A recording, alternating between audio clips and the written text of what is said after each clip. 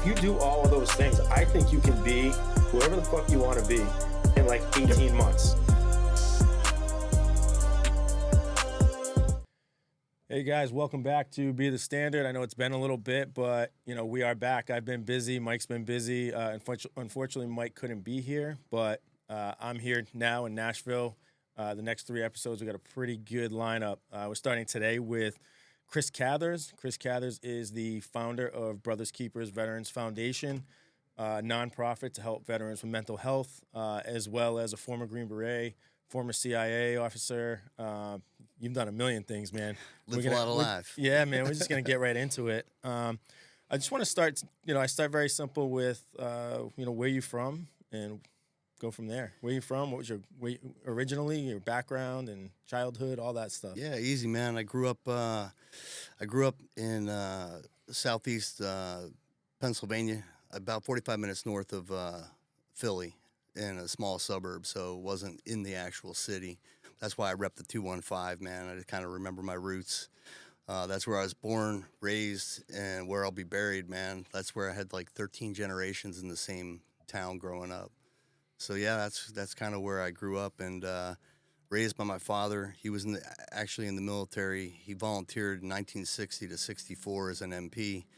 Early days of Vietnam. Thankfully, never went. And then he was in law enforcement for roughly 40 years, between being a police, canine handler, first in our Doylestown borough where I grew up, and then 20 years in the sheriff's department after that. So profound impact on me growing up. Yeah, man, absolutely. Is your mom not around, or? Yeah, my parents got divorced when I was 6, and my siblings, I have 2 brothers and a sister. My youngest brother came later in life. He's only about 37, 38 years old. And but the 3 of us growing up got split up. So that kind of impacted me a little bit, growing up just with my father. My siblings we bounced around a lot with my mother until about 3rd grade. But 3rd grade to my high school years, I was exclusively raised by my father. Okay. Yeah. No shit. Did you play sports or any of that growing up? Dude, I played every sport, man. I just dabbled. I really loved. I was I always tell everybody I was the ADD kid, so I just had a ton of energy, man. I was on a sugar diet at 6 years old, man. Because they actually, when I had a crib, my parents had to put a fucking blanket and essentially zip tie it. I don't know if they had zip ties back in the Stone Age, but I kept climbing out of my freaking crib. So from then on, I did started with martial arts when I was about 7. Did, back then it was Taekwondo was the thing. And then I played soccer for a minute, basketball, a couple years, and football, even though my little brother played college football. So he says I never played football. But running was my thing, man. That's what really stuck with me. From 8th grade on to my senior year, I ran 3 seasons a year, and I just kind of fell into it. It was one of those mental sports that you had to grind. I was a long-distance runner of all things, and, you have to really be in your head with that kind of sport. But I had some scholarship opportunities, but scholastically or academically, I was not excelling because I didn't like school at all. I didn't like sitting still. I just did enough to kind of get by to be eligible for sports, man. That's what kept me in high school, I like to say. Same, man. Same. I think that's just guys like us, right? Growing up, same, high energy, was just always into some shit, hated school, but loved sports, right? And you have to be eligible to play sports. So, yeah, same. Yeah, but it kind of set me up, it's when you do hard things, man. It still sticks with me today. When you do hard things, it really kind of has an impact on you physically and mentally. That you can grind. That's when I like to say when you struggle, there's always an opportunity to do better. If you want to get good at something, you got to struggle. You got to pay your fucking dues. The rent's always fucking due daily, so you have to get after it. Grind, and then that's the only way you're going to be successful, whether that's sports, business, or anything. You just got to pay your dues and work hard. Yeah, know? absolutely. And you learn that early in sports, especially if you're playing. I mean, running to me is the most miserable thing that I can do. So the fact that you enjoyed it tells me everything I need to know about how mentally ill you are. But It's no, pretty man. fucking mental. Yeah, dude, to like running is crazy to me. But you know what though? That is the reason I hate it is because it's so hard. For me, running has just never been my thing. Give me a basketball or football. You know, I can run up and down a basketball court for days as a kid, right? That was my thing. But to just run and really sit there with your thoughts and Especially distance running. ADD wouldn't allow it. Yeah, That was especially my distance. thing. I unfortunately, I would have loved to have been good at like 100 meters, man. You go, you're done in 10 seconds, or like, you know, if you're really, you know, Yeah. fast, you know, and it's like 10 seconds. Yeah. Okay. Well, that's pretty easy. It's easier to practice. But when you're running like 800 meters, mile, and I became a 2-miler in cross country, that's where I excelled. And the 2 mile is a grind, man, because it's not only long, but it's fast. Sure. Like, Yeah. you know, I was running around 9:30 in 11th grade. Damn. And for 2 miles. And when I joined the military, you know, shortly after I went through basic, I got accused of cheating once. And I was like, hey, you know, I told my DI or my drill instructor, I'm like, lace them up. I'll do it right again. Like, you know, and I was only running like 10 something, like, you know, 10:20 or 10:30 For a 2 mile. for a 2 mile in basic, you know. But there was other My things. fastest you know. ever was just under 12. And I was flying. But that's fast. That's you know? fast as hell. But I was skinny. So now I'm Yeah. not that weight anymore. Yeah, I was about 150 when I did that, 160 pounds maybe. But so you ran all through high school. That was your thing. Did you go to college right after high school? No, so I acted out a lot, man, and I got a lot of trouble. In 11th grade, I think I got arrested 3 times in a month, you know, underage drinking. Had a dude try to run me over in a vehicle. You know, well, leading up to that, my father, you know, I like to talk about this one because it kind of highlights, you know, how bad I was, you know, at that time. I was just acting out. Don't have a good reason for it, you know. I was kind of on a path to go to prison or get killed, honestly. If I didn't join the military, that's probably what would have happened. And, you know, I got in a fight in school, had a knife on me. And my father, you know, one of my father's deputies used to come to the house. He actually came, you know, during this fight, somebody brought a gun to school at the same time. A 9mm, brought a Glock in. Wow. I did not know the kid, but they thought we were together because we both got arrested at the same time in school.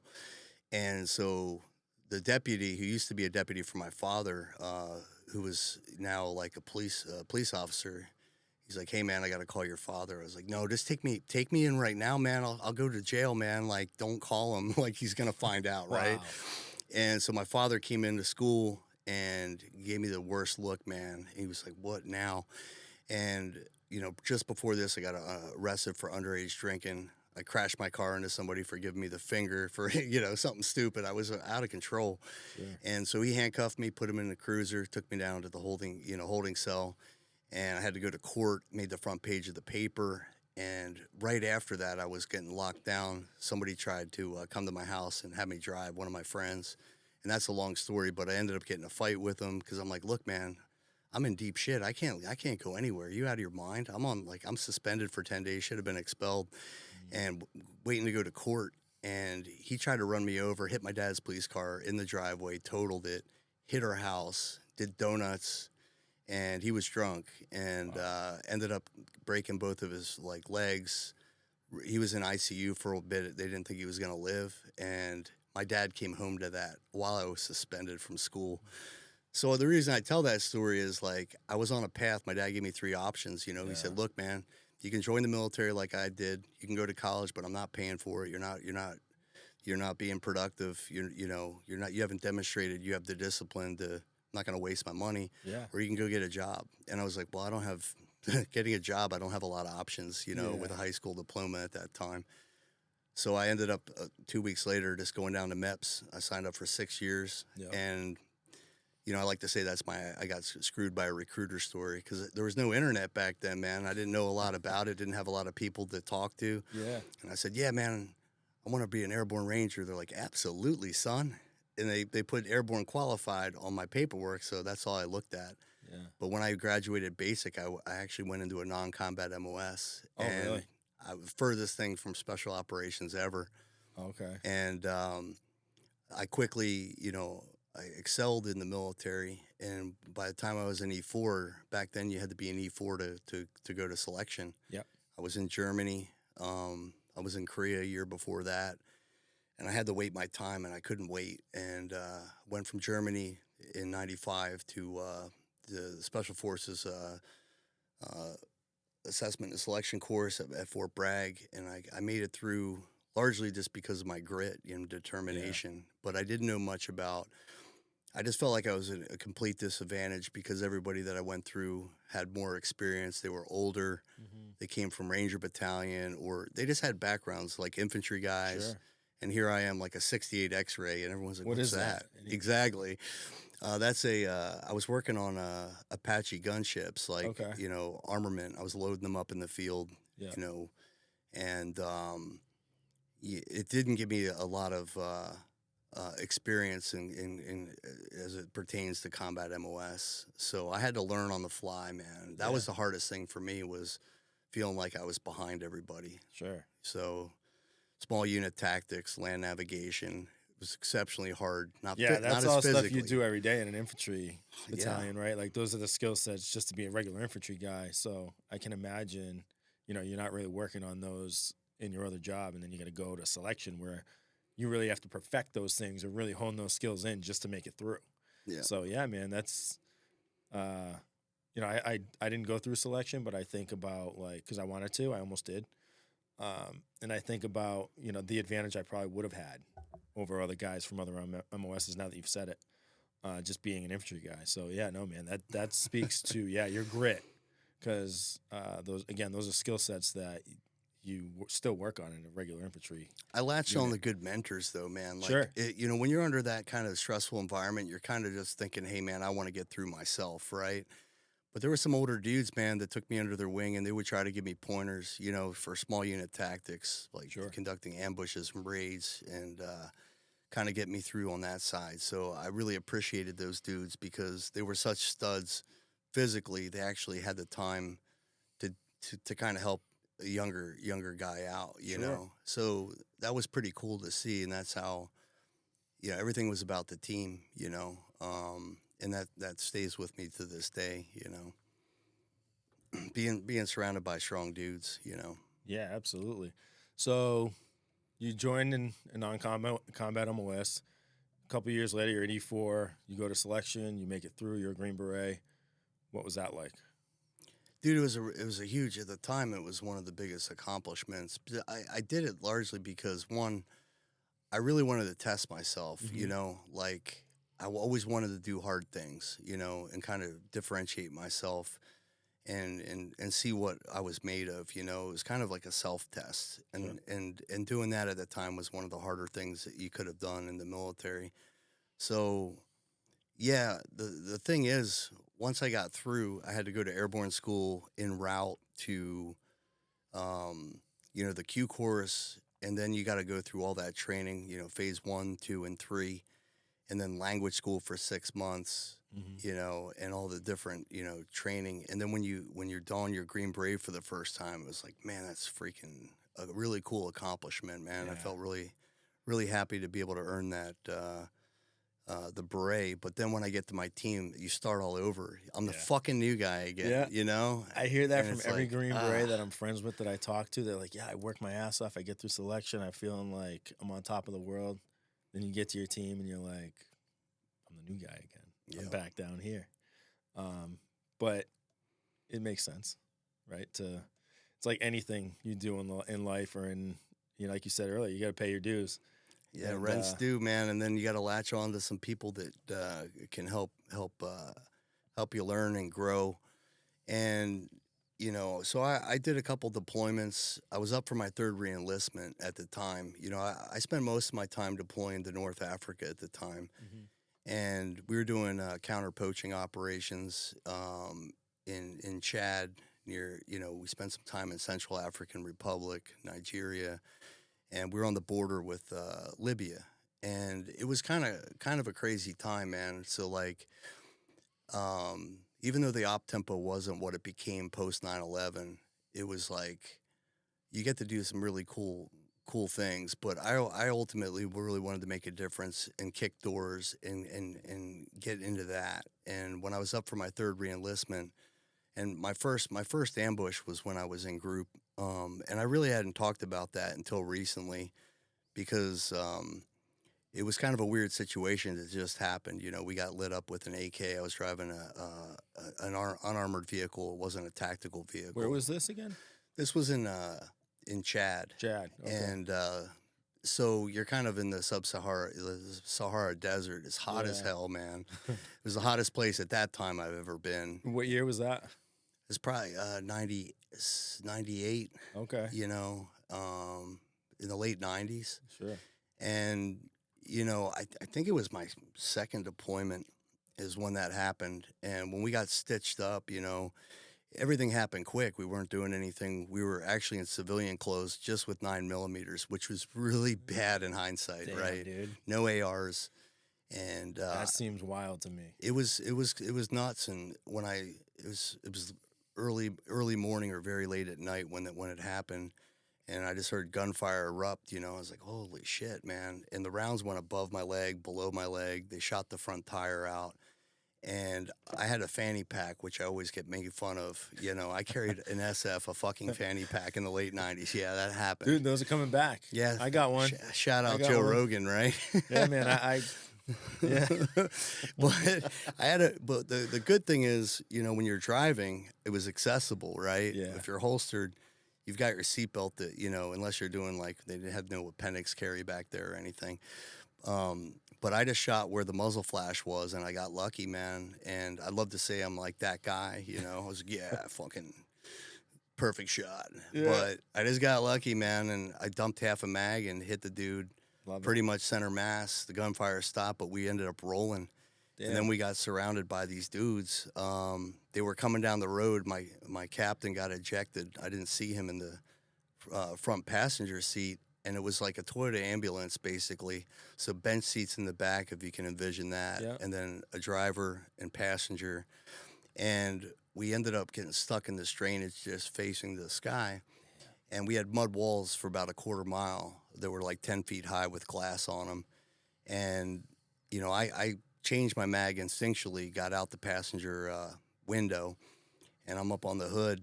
And I see these dudes, like, I'm like, hey, you know, I called back to we had 2 NGOs in the car at the time. And, you know, I said, hey, so-and-so on my team, one of the senior guys in late 30s, you know, I said, hey, do I light him up or not? And he's like, hold where you're at. We're going to try to get out. They were pinned in the vehicle. They couldn't open the rear. So everyone climbed out, and we were surrounded, right? And they all had AKs to our face. I had my gun on one of the dudes' heads, and we just stood there for, like, trying to deconflict for several hours. Really? It was pretty fucking tense looking back, you know. And, you know, someone on my team who got in a little bit of trouble for this was like, give up our weapons. I was like, fuck you, sir. I'm not giving up my fucking weapons, bro. Yeah. They're going to smoke us. They want to know who shot their guy. And I was like, and by the way, if you guys could not drop my name, I would really appreciate that, because, you know, don't throw me under the bus on this one, guys. But anyway, like, I spoke French. I went to language school for French, but they spoke Arabic, and it was very tribal. There was a major disconnect there. Yeah. And we gave them a letter from the president of the country saying, hey, we're here to support the, you know, Chadian military, and they tore it up. And I was like, oh, this is going to be bad. Yeah. But anyway, they just marched us down, and, you know, they had PKMs and our AKs, like belt feds. How many guys were on your team with that? How many? I think we had three on our team. We had a physician assistant that happened to be deployed with us. He got kind of banged up, got some stitches. Yeah. But I didn't know if anybody was hit until we got out. And thankfully, nobody got hit. I don't know how. And they kind of, after about an hour or two, like having guns to each other's head, somebody made the decision. I was the young, new guy, and they're like, give up your weapons. I was like, oh my gosh, dude, I'm not down with this. Yeah. Marched us down the road, and I like to say they put us on our knees, but, you know, they're like, hey, you know, we ended up on our knees, you know, and the guy was behind the belt fed, and I was like, this is a bad fucking situation.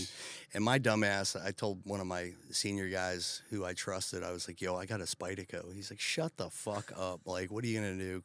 fucking Rambo. Yeah. And at the end of it, man, we deconflicted. They found out who we were with, and it became an international incident. And so I never talked about it because I didn't want it to be a big deal. I didn't want to get kicked out of the teams, you know. I was like, dude, even though it was all 100% justified, just protecting my team. I was the new guy, so I was like, man, we had a lot of teams getting in trouble at the time.